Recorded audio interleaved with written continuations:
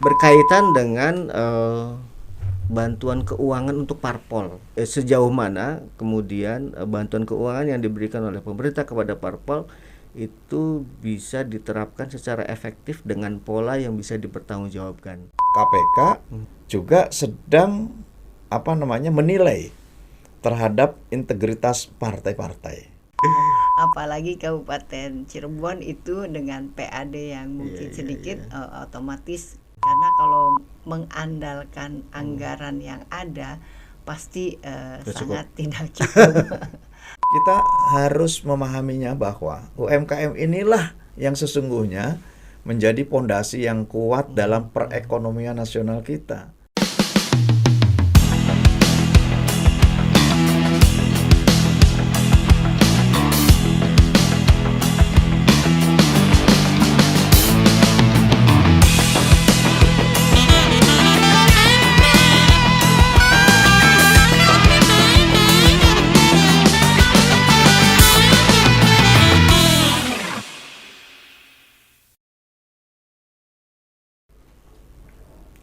Assalamualaikum warahmatullahi wabarakatuh. Jumpa lagi teman pemilih di podcast KPU Kabupaten Cirebon. Podcast kali ini seperti biasa menghadirkan tamu-tamu narasumber yang memang luar biasa. Dan kali ini kita sambut, karena formatnya beda nih, beda dari yang sebelumnya. Kita sambut pasangan ya, couple dari wakil rakyat, yang satu dari Senayan, yang satu lagi dari DPRD Jawa Barat. Kita sambut Bapak Herman Khoiron dan Ibu Dr. Ratnawati. Ya. Assalamualaikum. Oke. Silakan disapa dulu teman pemilihnya. Para pemilih, tentu ini kesempatan baik saya dan berterima kasih kepada KPU saya bisa diundang dan menyuarakan idealisme saya di dalam mengemban amanah sebagai anggota DPR yang sudah 4 periode, dan mudah-mudahan karya dan pengabdian saya tentu dapat dirasakan. Kalaupun belum, insya Allah saya akan terus bekerja dengan baik ke depan. Saya bersama dengan Dr. Ratnawati, anggota DPRD. Siap, disapa dulu Bu teman pemilihnya. Assalamualaikum warahmatullahi wabarakatuh. Waalaikumsalam. Hai teman pemilih, alhamdulillah hari ini saya di podcast KPU Kabupaten Cirebon. Sudah lama diminta untuk hadir, namun hari ini baru sempat ya Bu. Baru ya? sempat dan langsung ada bonus dengan membawa anggota DPR RI Siap. dari Dapil 8 Jawa Barat. 8 ya. Oke, ini format baru nih sebetulnya Pak Hero. Boleh saya panggil Bang Hero? Boleh. Karena kalau AA juga boleh. manggil Pak Herman itu asing gitu. Kalau Bang Hero kan udah Iya, pasti Bang Hero Demokrat kan gitu. Sama Bu Dokter, selamat datang. Gimana nih kesan terhadap podcast KPU Kabupaten Cirebon? Boleh dong dikasih. Saya kira saya kan pernah menjadi pimpinan Komisi 2 dan saya berkeliling hampir di seluruh kantor KPU di Indonesia, terutama di tingkat provinsi ya. Karena untuk menjangkau kabupaten kota tentu terlalu banyak. Siap. Dan bahkan saya juga mengunjungi banyak PPLN. Dan kalau melihat kantornya KPU, pertama tentu dari luar, kantornya luar biasa, megah, besar, tanahnya luas, dan representatif lah untuk penyelenggara pemilu yang tentu tidak sederhana, tidak mudah, dan butuh kenyamanan bekerja. Jadi ini bagus, dan podcastnya menurut saya meski ya ruangannya mungkin kecil, mungil, tetapi saya kira ini nyaman lah untuk bisa mengeluarkan berbagai ide, gagasan, diskusi untuk kebaikan rakyat, kebaikan bangsa dan negara, yang saya kira ya saya appreciate lah. Saya acungkan jempol 2 untuk KPU Kabupaten Cirebon. Bu Rata, jempolnya berapa nih buat podcast KPU Kabupaten Cirebon? Jempolnya 2 juga. Alhamdulillah, terima kasih.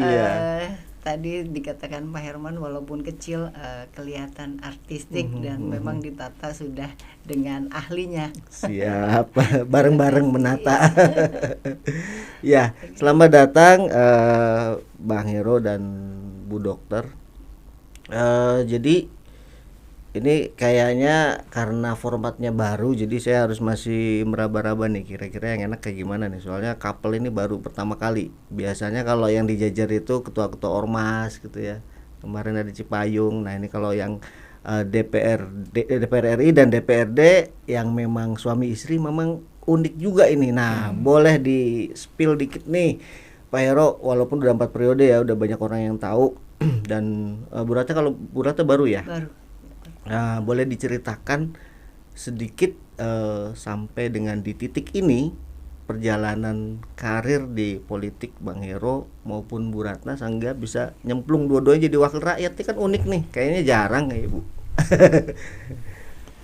Ya, baik saya maupun istri saya tentu ini adalah jalan Tuhan. Oke.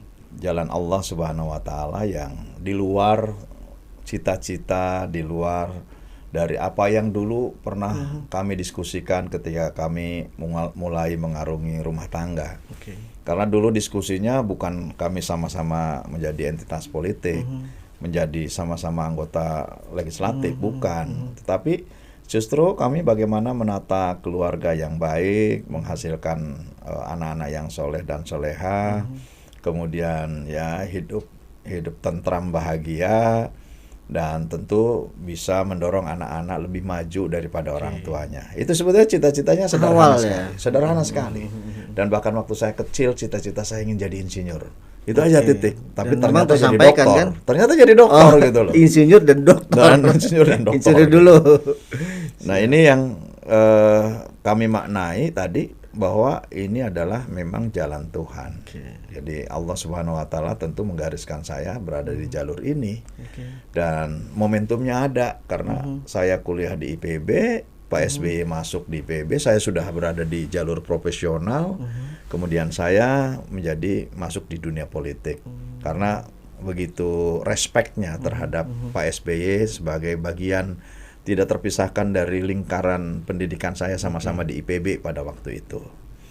Nah, pada sisi lain ya istri saya juga profesional, bahkan sebagai ASN, sebagai PNS, pegawai negeri sipil, berprestasi, pernah menjadi dokter teladan, dan kemudian barangkali karena selalu bergaul dengan lingkaran politik, mundur dari PNS juga bukan untuk masuk dunia politik, ya.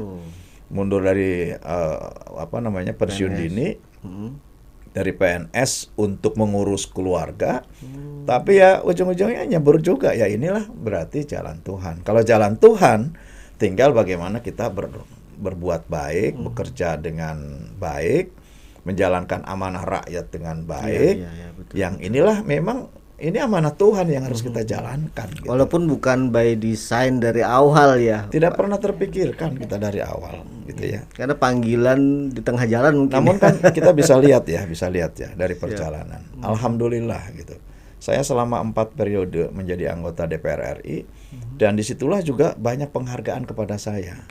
Dari lembaga-lembaga yang independen, lembaga-lembaga yang tidak ada kaitannya dengan apapun, tapi kemudian menilai saya menjadi baik. Ini juga motivasi bahwa kebaikan sebetulnya akan menghasilkan kebaikan.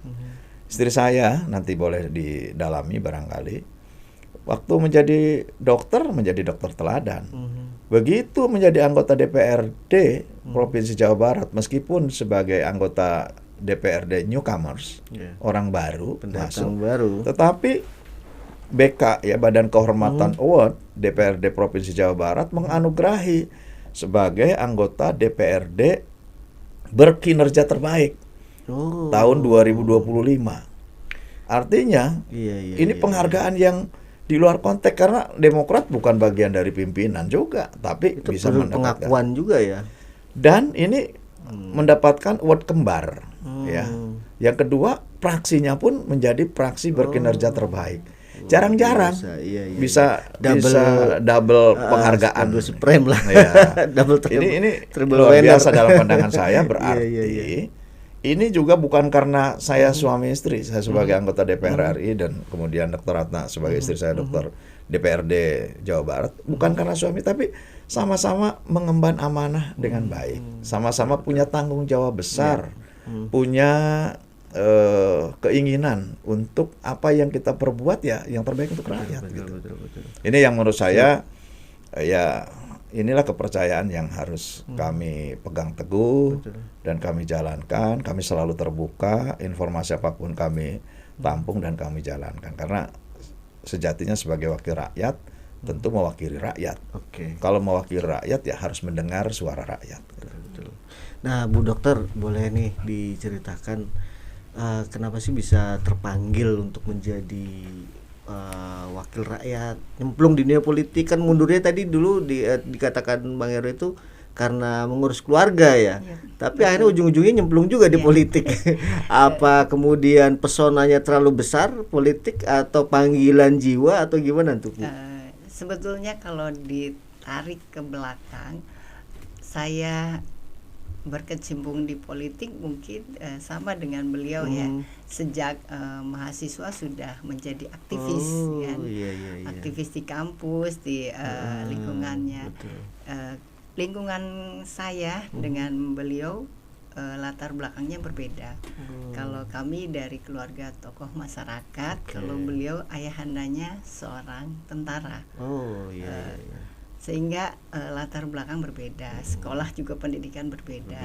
Tapi saya dari mulai perkuliahan sudah sering berkecimpung dengan dunia politik, karena sering sekali diundang yang namanya dokter untuk sunatan massal, pengobatan cuma-cuma, ada acara-acara sosial, ada acara sosial masyarakat sudah seperti itu. Dan kebetulan saya masuk menjadi dokter PTT di Kabupaten Kuningan, yang kemudian saya mendapatkan penghargaan di tahun 98. Itu di 97-nya ada pemilu. Ya, kita sebelum mendapat penghargaan ya. Iya, jadi 97 ada pemilu dan kita itu sebagai aparat kan mau tidak mau harus kondusif untuk menjaga suasana kondusif pada saat itu untuk pemilu. Jadi jauh sebelum Pak Herman pemilu, saya sudah terpanggil untuk ikut berkegiatan pemilu. Pak Herman masuk di 2000, mulai berkampanye dan lain sebagainya di 2007, karena waktu itu beliau dengan Pak SBY waktu itu belum jadi menteri ya, masih menjadi menteri, belum menjadi presiden. Pak SBY S3, beliau S2. Tapi saya sudah 97, saya sudah menjadi aparat atau abdi negara, bersentuhan langsung dengan dunia politik pada pemilu 97 ya. 97 Pak Harto terakhir ya periode beliau terakhir. Hanya 2 tahun itu, habis itu 99. Pak Herman masuk di 2007, jadi 10 tahun sebelumnya. Banyak perbedaan ya Bu Dokter dari dunia profesi dokter ke politik tentunya. Banyak, kalau ditarik perbedaan hitam putih jelas berbeda ya. Banyak teman-teman yang kebetulan saya juga sebagai PLT di DPC Kabupaten Cirebon, Demokrat, mengatakan, Bu, jangan seperti jadi dokter didiagnosa A, langsung A, dikasih obat ini pasti selesai. Jadi harus berbeda perspektif. Namun sama-sama tujuannya sama. Pak Herman mengatakan tadi pengabdian untuk masyarakat, sehingga pada saat saya bekerja sebagai dokter di dunia kesehatan, otomatis saya harus sebagai yang terbaik melayani masyarakat. Begitu juga saya terjun sebagai politisi, saya mengabdi dan harus berbuat yang terbaik untuk masyarakat. Saya tidak pernah berpikir bahwa ada BK Award karena orang baru, saya tidak paham itu. Jadi nggak ngarah ke situ ya Bu Dokter ya. Tidak pernah mengarah dimanapun saya bekerja, karena gurunya adalah beliau. Beliau tunjukkan yang terbaik, kinerja yang terbaik ya Pero ya. Jadi tunjukkan yang terbaik, ternyata ya di luar dugaan dan nalar saya sebagai anggota DPRD dengan jumlah anggota komisi yang tidak begitu banyak. Kami hanya ber-8 dibandingkan dengan yang lain yang 20, 19, 15. Tiba-tiba fraksi Partai Demokrat mendapat amanah sebagai yang terbaik dengan kinerja paling banyak hadir setiap persidangan. Berarti memang dari disiplin yang sudah terbentuk di dunia sebelumnya, memang masih berguna juga ya di dunia politik, yang kadang-kadang orang punten Pak Hero ya, di sidang itu banyak digambarkan negatifnya kan, wakil rakyat yang tidur, datang terlambat, tidak pernah hadir seperti itu. Jadi dengan kehadiran Bu Dokter dari disiplin ilmu yang berbeda itu memberikan warna tersendiri. Mungkin bisa istilahnya memelihara harapan juga kepada masyarakat. Bang Hero, kalau boleh tahu, ini kan kita bicaranya, kalau Bang Hero kan di Komisi 6 ya? Ya. Itu berarti tentang perdagangan, industri, investasi, koperasi dan UMKM. Ya. Nah, sementara Bu Dokter ini di Komisi 3. Di mana di bagian keuangan ya. Nah, ini agak nyambung nih karena ada bau-bau uang juga kan, finansial maksud saya, berkaitan dengan bantuan keuangan untuk parpol. Nah, posisi Bang Hero kan sekarang sekjen ya. Nah, itu sebagai sejauh mana kemudian bantuan keuangan yang diberikan oleh pemerintah kepada parpol itu bisa diterapkan secara efektif dengan pola yang bisa dipertanggungjawabkan. Nah, dari Bu Dokter kan dari Komisi 3 yang memang punya kewenangan untuk mengevaluasi proses pendidikan politik yang dilaksanakan oleh parpol dengan bantuan keuangan yang disampaikan tadi. Kalau secara internal Bang Hero seperti apa Bang Hero dulu deh? Ya. Jadi kami juga pernah diskusi dengan Dirjen Polpum, ya kebetulan Dirjen Polpum dengan jajarannya sempat diskusi dengan kami, dengan Sekjen, dan saya terima. Tentu yang dipikirkan adalah sebetulnya kemampuan keuangan negara. Sepanjang kemampuan keuangan negara belum mampu untuk meningkatkan ataupun tidak cukup lah ya untuk meningkatkan besaran yang ideal terhadap kesejahteraan rakyat, tentu kita tahan dulu lah. Artinya peningkatan keuangan untuk bantuan kepada parpol ini kita tahan dulu saja. Karena apa? Harus kita maknai bahwa sesungguhnya rakyat ini kan penuh harapan, hope-nya tinggi kepada seluruh entitas politik, khususnya para anggota DPR dan partai-partai. Partai-partai harus mampu turut serta mensejahterakan rakyat. Partai-partai juga harus betul-betul memprioritaskan bahwa sesungguhnya untuk meningkatkan kesejahteraan dan pembangunan itu ya rakyat duluan lah gitu. Nah, oleh karenanya meskipun kemudian ada keinginan meningkatkan itu ya pasti kita butuh biaya ya. Partai-partai butuh biaya. Namun tentu dengan pertimbangan-pertimbangan bahwa situasi dan kondisi masyarakat apalagi saat ini kita tahu sedang melakukan penghematan anggaran, efisiensi. Ditambah lagi ada dampak dari bencana alam. Kemudian juga mungkin daya beli masyarakat perlu ditingkatkan. Sudahlah, kita ikhlas, sebaiknya adalah prioritaskan dulu untuk rakyat. Bagi Demokrat ya, saya tidak tahu bagi partai-partai lain. Tapi bagi kami, bagi Demokrat adalah memprioritaskan rakyat itu jauh lebih penting.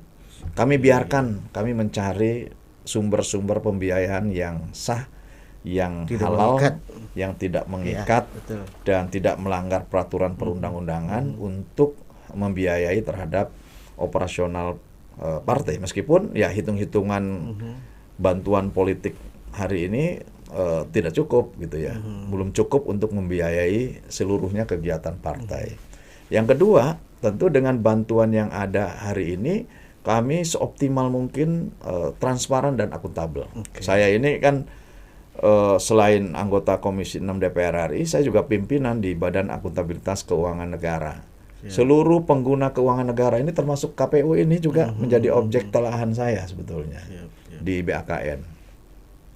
Artinya kalau saya memang diberikan tugas dan tanggung jawab di BAKN, ya saya juga harus menunjukkan pengelolaan keuangan baik, pengelolaan keuangan pribadi saya maupun keuangan partai pada semua tingkatan, bukan hanya di DPP tapi di DPD, di DPC harus akuntabel dan transparan.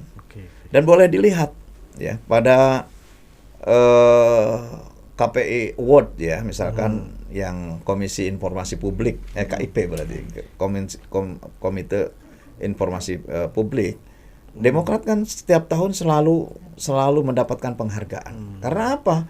Karena memang Demokrat selalu mengedepankan transparansi dan akuntabilitasnya. Baik dari sisi kegiatan, sisi anggaran, bahkan sekarang BRIN kerjasama dengan KPK juga sedang menilai terhadap integritas partai-partai. Ya, dan Demokrat tentu dengan berbagai peran atau organisasinya, dengan AD/ART-nya, dengan peraturan organisasinya, dengan berbagai peraturan internal dan arahan ketua umumnya, Mas AHY, selalu ingin bahwa Demokrat ini menjadi partai yang modern, transparan, akuntabel, dan pada akhirnya dipercaya rakyat. Gitu. Nah, karena kan pernah jadi pemenang berapa kali pemilu kan Pak ya? Ya, artinya posisi ini itu yang udah pernah diraih gitu. Ya, meskipun kalau di medsos banyak sekali kami dengan berbagai ya itu biasalah. Betul. Dinamika dalam politik tentu selalu ada, dan selalu saja dikait-kaitkan bahwa perbuatan dan oknum-oknum tertentu itu dikaitkan dengan partai. Betul. Tapi kalau melihat bagaimana membedah Partai Demokrat dari manifesto politiknya, baik itu ideologi, kemudian dasar filosofisnya, arah perjuangannya, semuanya ditata sedemikian rupa menjadi partai yang tadi yang saya katakan, menjadi partai yang modern, akuntabel, transparan, dan ya kita bisa melihat bagaimana selama Pak SBY memimpin 10 tahun. Pak SBY sekarang dengan sangat tenang bisa melukis, menikmati masa pensiun ya. Menikmati masa pensiun dengan baik, meskipun tidak meninggalkan kami, masih tetap beliau concern untuk membimbing kami dari tanggung jawabnya. Tentu kami terima kasih banyak Pak SBY, meskipun sudah sangat senior, tetap sekarang menjadi mentor senior kami, tetap menjadi pelindung pendamping kami, selalu mengisi kekosongan kami gitu.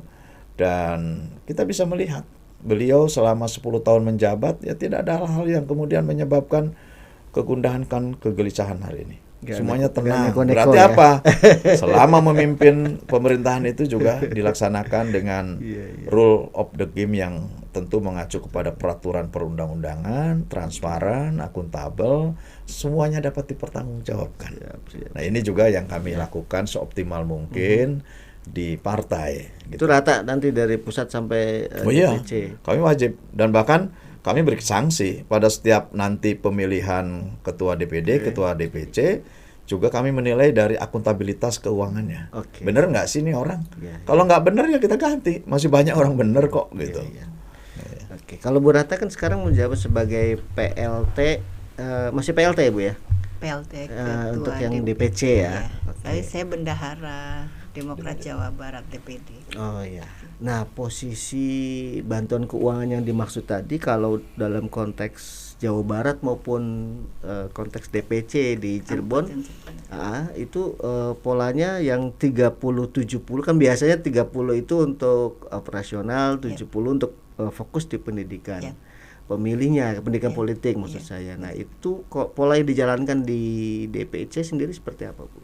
Yang sudah dilakukan di DPC dan DPD sama ya, sama dengan 30-70, artinya 30 itu untuk administrasi, kan kita ada kantor dan lain sebagainya, termasuk karyawan kantor yang boleh digaji dari anggaran Kesbangpol. Yang 70% ini kalau untuk Kabupaten Cirebon, kita laksanakan juga pendidikan politik. Di samping itu juga ya kita masih menggandeng anggota-anggota dewan yang saat ini duduk berhasil kemarin terpilih. Karena kalau mengandalkan anggaran yang ada pasti sangat tidak cukup. Apalagi Kabupaten Cirebon itu dengan PAD yang mungkin sedikit, otomatis anggaran Kesbangpol untuk kabupaten lebih kecil. Dan untuk di Jawa Barat sendiri memang relatif agak besar daripada Kabupaten Cirebon, tetapi yang kita cakup juga kan 27 kabupaten kota ya, dengan 50 juta lebih penduduk yang ingin kita edukasi gitu. Kalau boleh tahu Bu Dokter, itu Putet, angkanya kalau satu suara itu berapa Bu? Bantuan keuangan itu. Kalau kabupaten hari ini. Kalau kabupaten kalau tidak salah berapa ya? 5.000 atau 4.000 itu? 4.000 kayaknya ya. Aduh saya sekitar situlah ya. Sekitar situ. Per orang per tahun. Per orang per tahun. Iya kan? Ya, per pemilih per tahun maksudnya. Jadi jumlah suara kita. Cukup nggak Bu segitu Bu? Iya, sangat tidak cukup. Kalau mantap ya. Makan tabungan. Iya. Alhamdulillah masih punya DPR RI untuk Demokrat, ada Pak banyak Herman support-supportnya ya dari jadi atas untuk juga ya. kita dan saya dari provinsinya yang ya mau tidak mau merogoh kocek untuk tambahan kegiatan. Menurut Pak Hero jumlah idealnya berapa sih Pak? Ya, sekitar 4.000 sama 5.000 tuh. Saya kira menghitung ideal atau tidak ideal itu kan sulit ya, relatif lah ya. Siap. Karena situasi ekonomi itu juga sangat mempengaruhi gitu ya. Oleh karenanya menurut saya yang terpenting sekarang adalah bagaimana memelihara kepercayaan rakyat lah. Nah, itu betul. Artinya jangan sampai rakyat kecewa terhadap entitas politik, terhadap partai politik, terlalu mengutamakan dirinya sendiri. Itu yang penting. Kita tetap harus menjaga bahwa kepentingan rakyat adalah yang utama. Dan kalaupun tidak cukup, tentu kami masih punya cara sumber-sumber lain ya. Artinya setiap bulan kan juga dibiayai oleh iuran praksi.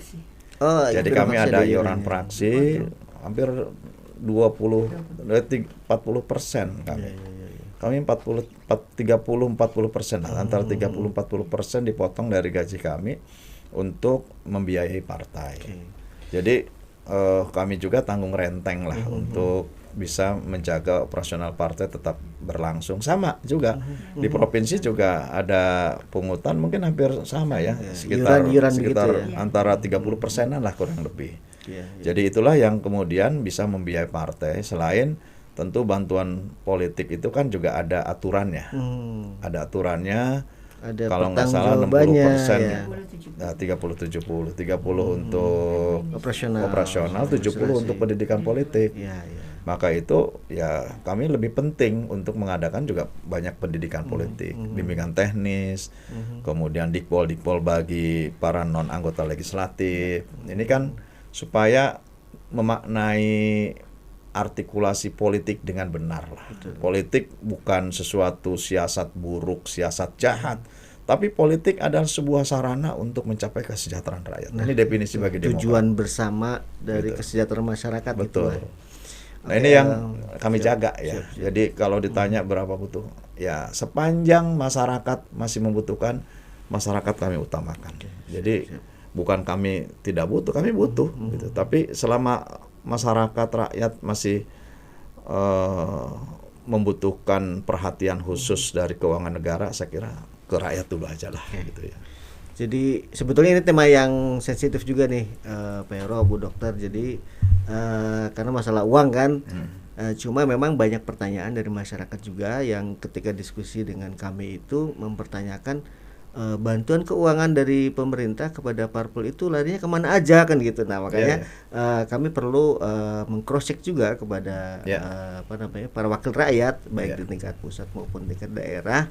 Ini pas banget karena Pak Hero dan Bu Dokter ini couple gitu kan. Jadi yang satu banget Pak Hero jabatan strategis di internal partainya di sekjen ya. Kami sendiri di DPP juga menggunakan konsultan publik. Gitu. Jadi konsultan keuangan publik ya. Jadi itu kita juga independen. Ya, tetap bahwa untuk memberikan keyakinan pelaporan kami itu transparan dan akuntabel, kami juga menggunakan pihak akuntan publik supaya betul-betul laporan ini jelas, transparan dan ya bantuan pemerintah untuk kita juga kan sebetulnya ini adalah supaya memberikan manfaat kepada masyarakat.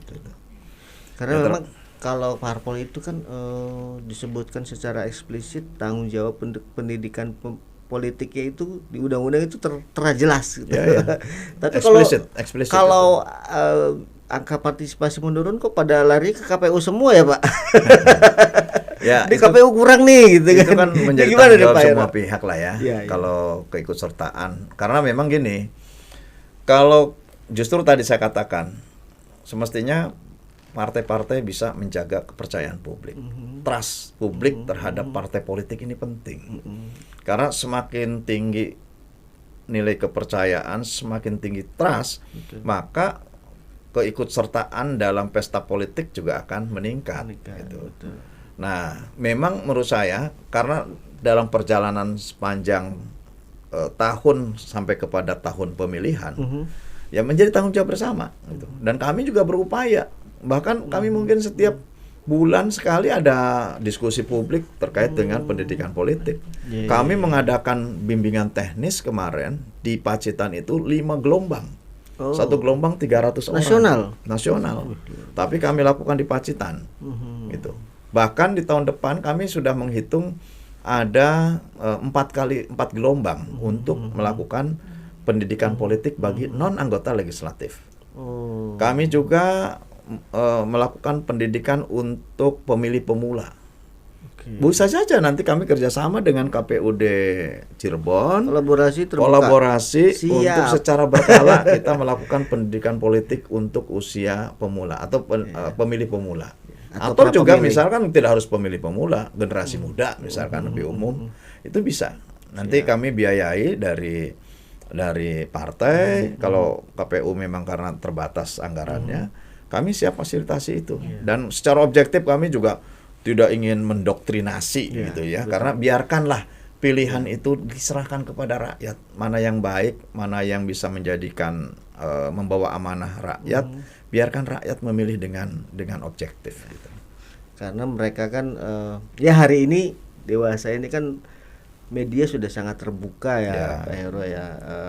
Mereka bisa bukan hanya media massa, medsos, media sosial. Yang zaman dulu kita waktu mungkin periode pertama dulu belum ada ya. Pergerakan akhir Agustus kemarin itu sebetulnya juga semestinya menyadarkan kita semua bahwa ekspektasi masyarakat terhadap wakil rakyat itu begitu tinggi. Sangat tinggi. Kantor DPRD Cirebon dirusak, kota Cirebon dirusak, hampir semua dirusak. Alhamdulillah DPR RI pagernya yang rusak gitu ya. Artinya ini ada keinginan masyarakat rakyat yang begitu besar atas kehadiran entitas politik ini agar bekerja dengan lebih baik, dan banyak aspek yang ini harus mendapatkan perhatian khusus, utamanya terkait dengan kesejahteraan rakyat. Ujung-ujungnya tetap kesejahteraan masyarakat. Betul. Kan begitu. Oke, Pero, kalau misalnya ini kan kita lihat kalau di Komisi 6 ya, itu kan ada salah satu yang UMKM ya. Aspek UMKM. Nah, boleh diceritakan nggak sejauh mana sih peran Komisi 6,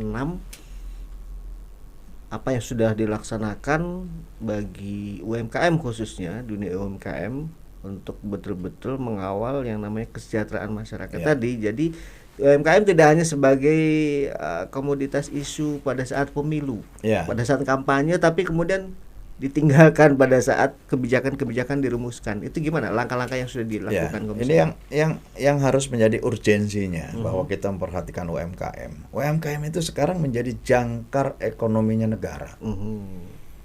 Bahwa UMKM inilah yang bisa menahan ataupun menjadi pondasi terhadap serangan ataupun terjadinya krisis ekonomi. Kita harus memahaminya bahwa UMKM inilah yang sesungguhnya menjadi pondasi yang kuat dalam perekonomian nasional kita. Beberapa kali krisis multidimensi keuangan di dunia itu kolaps semua, negara-negara kolaps. Indonesia masih bertahan. Karena apa? Karena UMKM-nya. Jumlah UMKM itu 65 juta lebih UMKM kita. Yang baik itu jualan serabi, jualan apa yang masuk dalam mikro kecil gitu ya, sampai yang kelas kecil menengah. Artinya ini menjadi pondasi. yang besar-besar itu sangat rentan terhadap situasi perekonomian global. Gampang dihantam Gampang gelombang badai ya. gampang krisis, mereka gampang tutup dan gampang bisa menghasilkan pengangguran yang begitu besar. Tapi UMKM itu jangkar yang kuat. Krisis 98 karena UMKM. Gitu ya. Dan UMKM ini menguasai 90 berapa persen? 90% dari perekonomian nasional kita. Nah, oleh karenanya negara harus memberikan perhatian khusus, utamanya UMKM supaya naik kelas. Kalau mau UMKM naik kelas, berarti harus diperhatikan aksesibilitasnya, akses terhadap modalnya. Nah, Komisi 6 kami telah merumuskan dan bekerja keras bagaimana supaya akses permodalan ini lebih mudah, sehingga kemudian dibentuklah yang namanya perusahaan induk perusahaan pembiayaan mikro. Oh, jadi ada semacam Bapak Asuh Ya, atau BRI sebagai induk perusahaannya. Kemudian di situ ada Pegadaian, ada Permodalan Nasional Madani sebagai anak perusahaannya, PMN. Nah, ini yang dibentuk supaya bisa membiayai terhadap para UMKM yang sangat kecil-kecil, yang ultramikro. Bahkan di dalam skim kredit ya, yang sekarang disebut kredit usaha rakyat, kan plafonnya sekarang kan 300 triliun kredit usaha rakyat, yang bunganya disubsidi oleh negara. Untuk yang kelas kecil menengah diberikan bunga maksimum 6%. Selebihnya fluktuasi bunga itu mengikuti biaya oleh negara. 6% flat. Gitu. Flat. Tetapi yang untuk ultramikro yang sangat kecil, pedagang bakso, pedagang gorengan, pedagang sayuran, pedagang kecil-kecil ya, jualan-jualan di pasar, yang ultramikro masuk kategori ultramikro, itu bunganya hanya 3%. Gitu. Dan ini disalurkan oleh holding ultramikronya BRI, kemudian ada Pegadaian dan ada Permodalan Nasional Madani yang dengan program mekarnya itu. Jadi kami udah siapkan itu, silahkan dimanfaatkan. Sekaligus jika naik kelas maka ada kur yang disiapkan di bank-bank himbara, bahkan bank daerah pun termasuk Bank Jabar Banten juga mendapatkan alokasi kur. Nah, ini bunganya menarik disubsidi nih. oleh negara. Soal kur menarik nih, Pak. Karena banyak yang kami dengar ya, praktek di lapangan itu kur itu masih dimintai agunan juga gitu. Kan kur itu kan tadinya konsep awalnya adalah untuk mempermudah akses modal dari para pelaku UMKM yang dengan salah satu kemudahannya adalah tidak memerlukan agunan. Tapi pada prakteknya ada kelasnya. Jadi di bawah 100 juta itu nggak perlu agunan. Yang di atas 100 juta itu perlu agunan. Tapi yang di bawah 100 juta, bahkan yang ultramikro yang hanya butuh bantuan 1 juta, 2 juta itu tanpa agunan langsung dapat. Datang ke Pegadaian ya langsung dapat 1 juta itu. Artinya kalaupun ada kesulitan masyarakat silakan hubungi saya. Gitu ya. Teman pemilih. Artinya saya membuka diri. Saluran komunikasi bisa ditempuh ini kalau misalnya ada kesulitan dalam mengakses permodalan. Permodalan. Ya. Jadi ini akses permodalan ya. Jadi ada bank-bank himbara selain BRI dan holding ultramikro tadi, tentu masih ada bank himbara penyalur, ada BNI, ada Bank Mandiri, ada Bank Tabungan Negara. Bahkan sekarang untuk mengakses terhadap kepemilikan rumah, kita juga ada kur untuk perumahan. Jadi ada kur perumahan yang bunganya hanya 6% gitu ya. Bukan KPR ya. Bukan kur ya, perumahan. Ini kur perumahan. Di luar skim yang sudah berjalan melalui BTN. Kan juga ada yang subsidi perumahan yang dari Kementerian Perumahan. FLPP. Ada, itu ada. Nanti namanya penyertaan dana pemerintah untuk mensubsidi. Ada juga berapa persen lah gitu ya, 7% kalau nggak salah. Nah, kemudian kur ini sudah dimulai sekarang. Jadi silahkan dimanfaatkan untuk kepemilikan rumah. Dan kalau ada kesulitan silahkan juga komunikasi. Saya siap lah untuk bantu gitu. Boleh. Pakai di MIG atau gimana? Pak Hero? Ya silakan. Ada ya, IG-nya ada ya Pak Di Hero? IG ada, di Teman pemilih bisa di diakses. rumah aspirasi.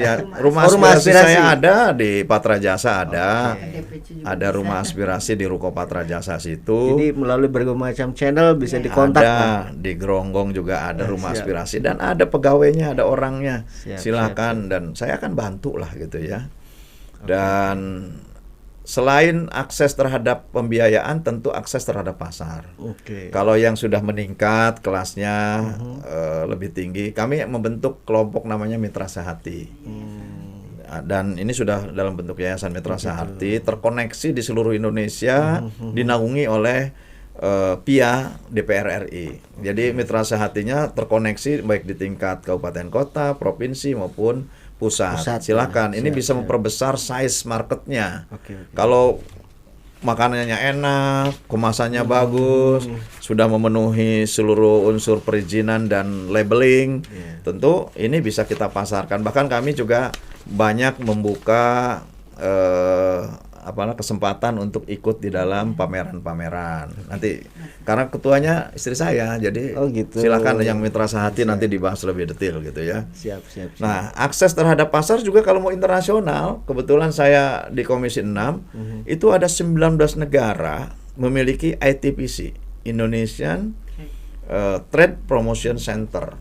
Di 19 negara, gratis. Kita punya produk UMKM simpan di situ. Di Korea, di Australia, di Chile, Jadi semacam di Osaka. showcase atau buat pameran gitu ya. Iya, ada rumah marketing lah, rumah pemasaran. Siap. Nah, ini Di menarik. situ produk Indonesia apapun bisa dipajang dan ada orangnya di situ untuk memasarkan produk-produk Indonesia. Ada 19 negara bisa dimanfaatkan. Belum lagi kalau digabung dengan atase perdagangan. Saya pernah ke Los Angeles, di sana malah terintegrasi dengan kedutaan. Di kedutaannya ada outlet di situ yang dikelola oleh atase perdagangan Indonesia.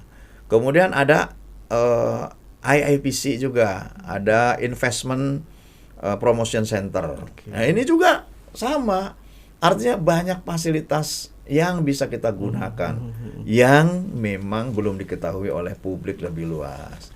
KPU Cirebon hari ini sudah memulai untuk bisa Siap. menyebarkan. Nah, ini banyak sekali nih informasi-informasi. Yang ketiga menarik belum nih. selesai ya. Siap. Akses terhadap teknologi, processing dan kemampuan SDM. Nanti kita bantulah melalui pelatihan-pelatihan aspirasi saya. Siap. Kalau yang berminat silahkan. Kalau KPU juga mau membina UMKM, kami fasilitasi untuk meningkatkan kemampuan teknologi dan sumber daya manusia. Nah, ini menarik sekali, banyak informasi-informasi yang bermanfaat ya buat kita semua ya teman-teman. Di rumah aspirasi saya ada juga rumah kemasan.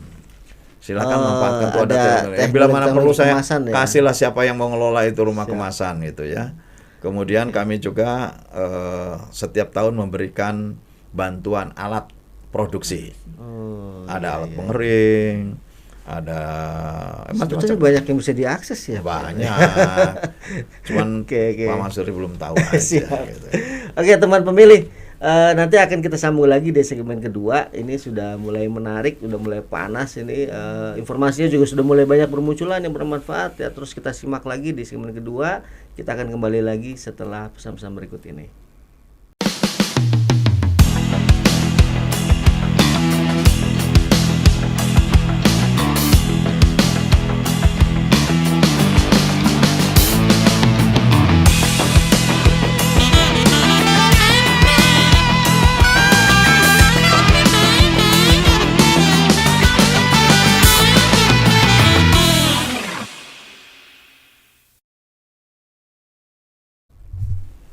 Oke teman pemilih, kembali lagi di segmen kedua podcast KPU Kabupaten Cirebon. Masih bersama dengan tamu kita istimewa, masih tamu pasangan wakil rakyat. Nah, yang satu di Senayan, yang satu di Provinsi Jawa Barat ya, masih dengan Pak Hero, Bang Hero dengan Bu Dr. Ratnawati.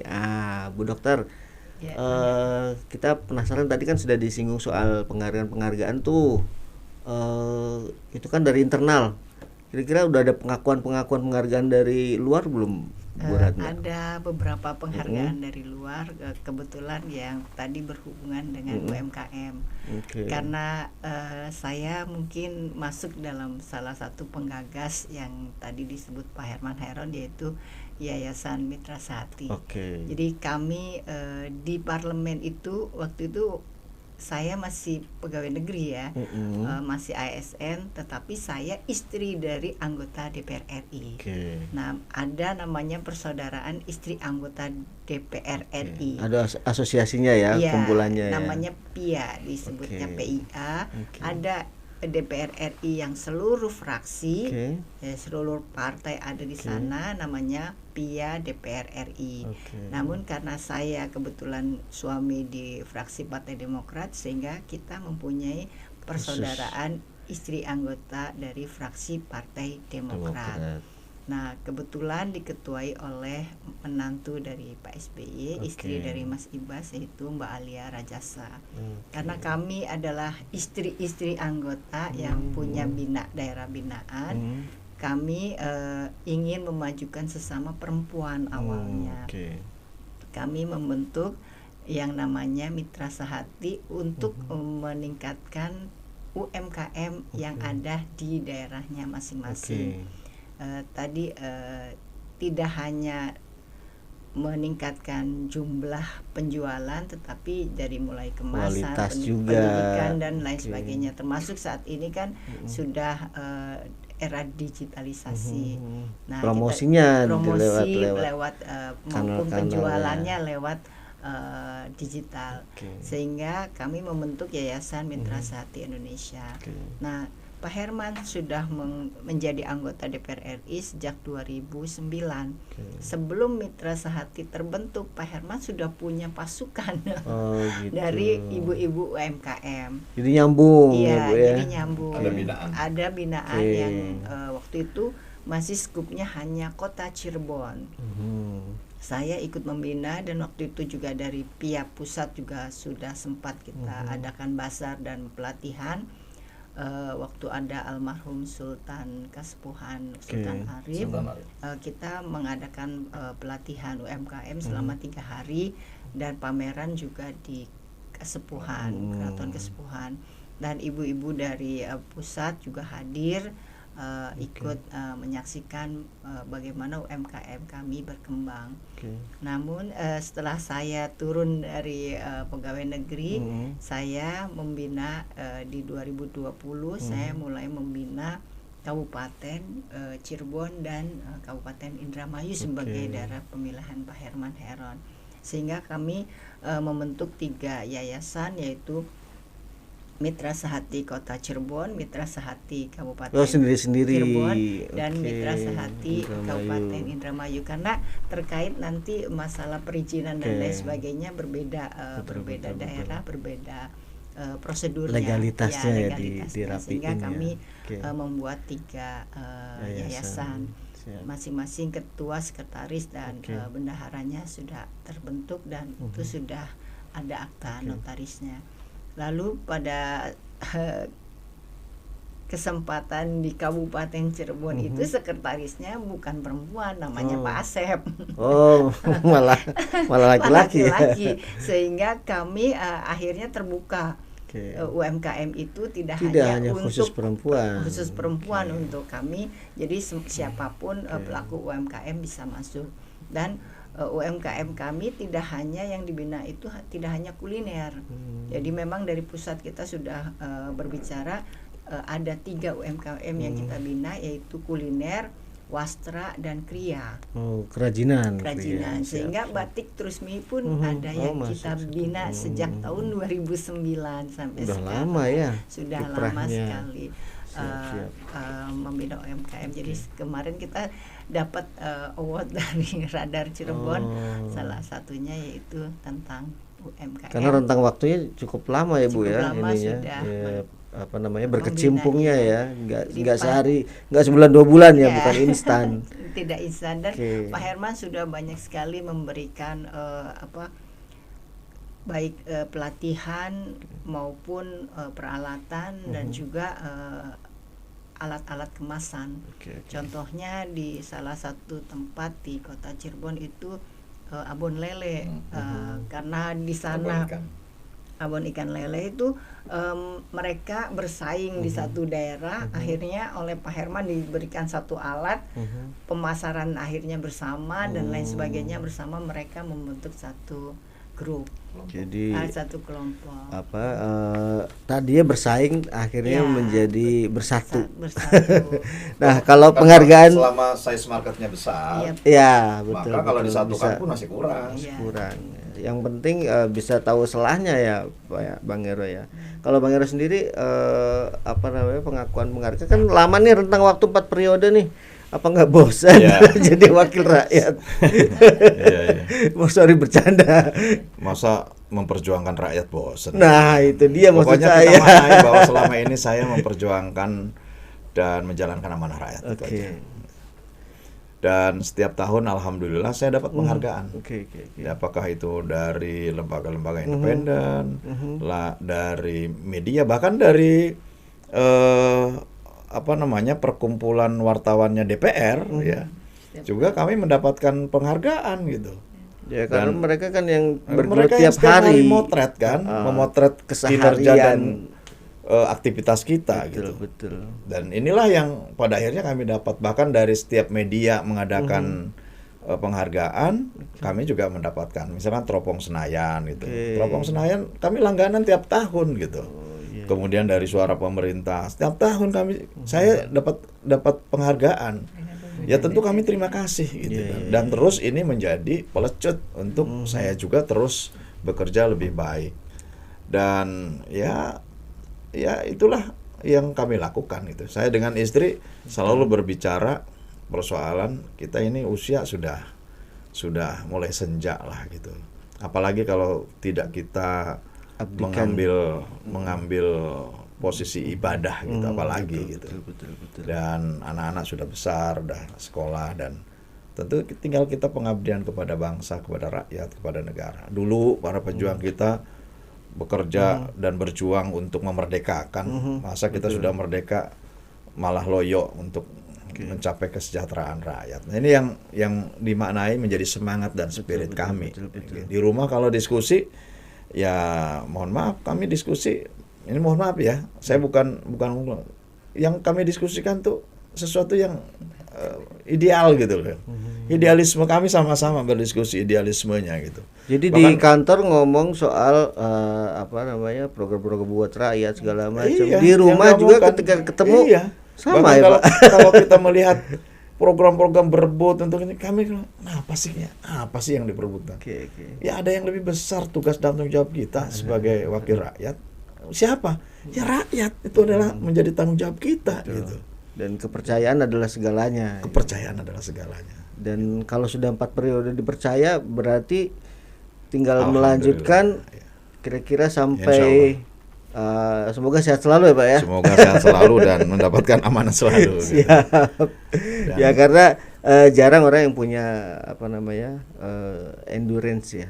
Kalau kita bicara jangka waktu itu kan yang kita butuhkan adalah ketahanan. Yang pasti kami sudah nggak mikirkan harus punya rumah mewah, harus punya mobil. Nggak kepikiran itu. Udah selesai lah. Sudah selesai. Udah lewat.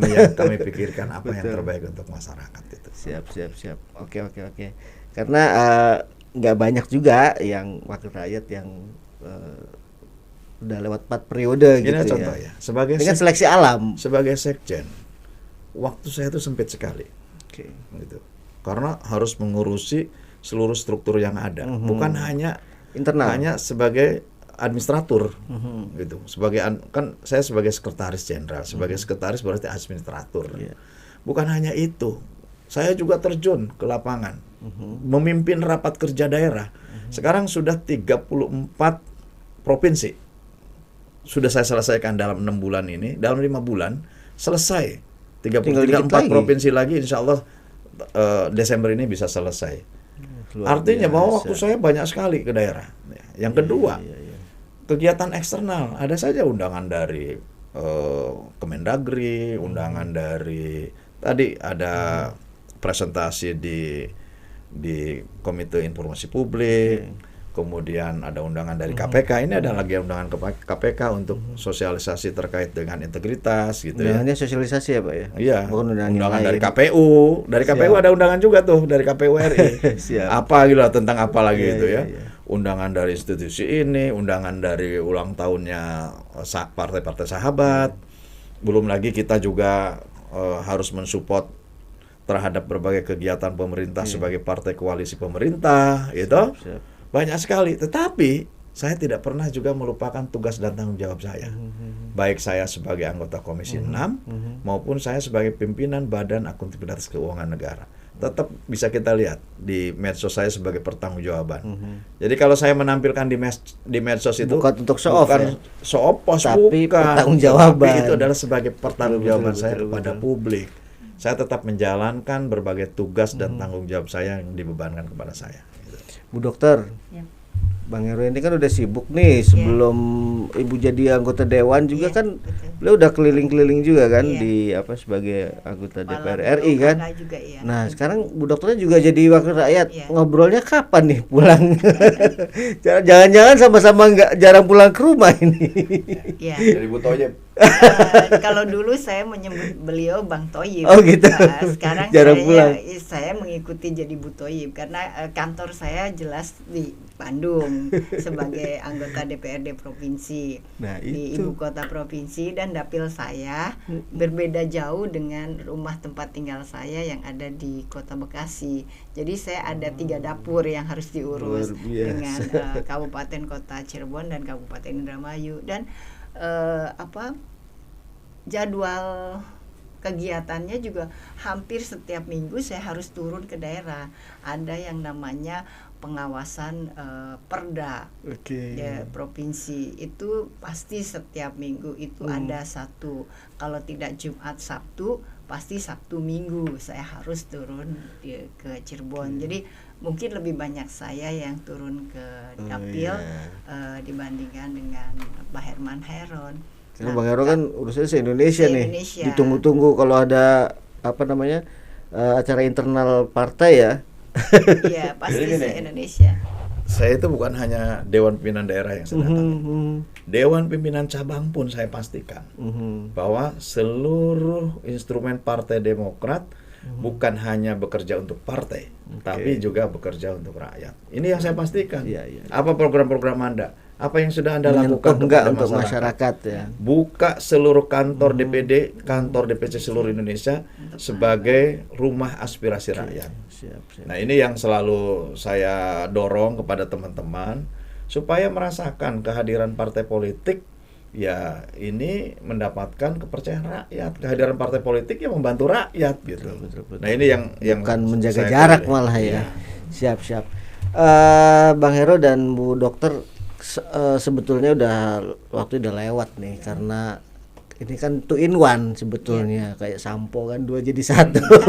Harusnya 2 narasumber dengan 2 waktu yang berbeda, tapi karena kesibukan dan lain macam, kami terima kasih sekali nih di tengah kesibukan Bang Heru yang padat dan Bu Dokter yang memang harus berkantor bolak-balik ke Bandung gitu ya, bisa menyempatkan ke sini, dan kami berterima kasih.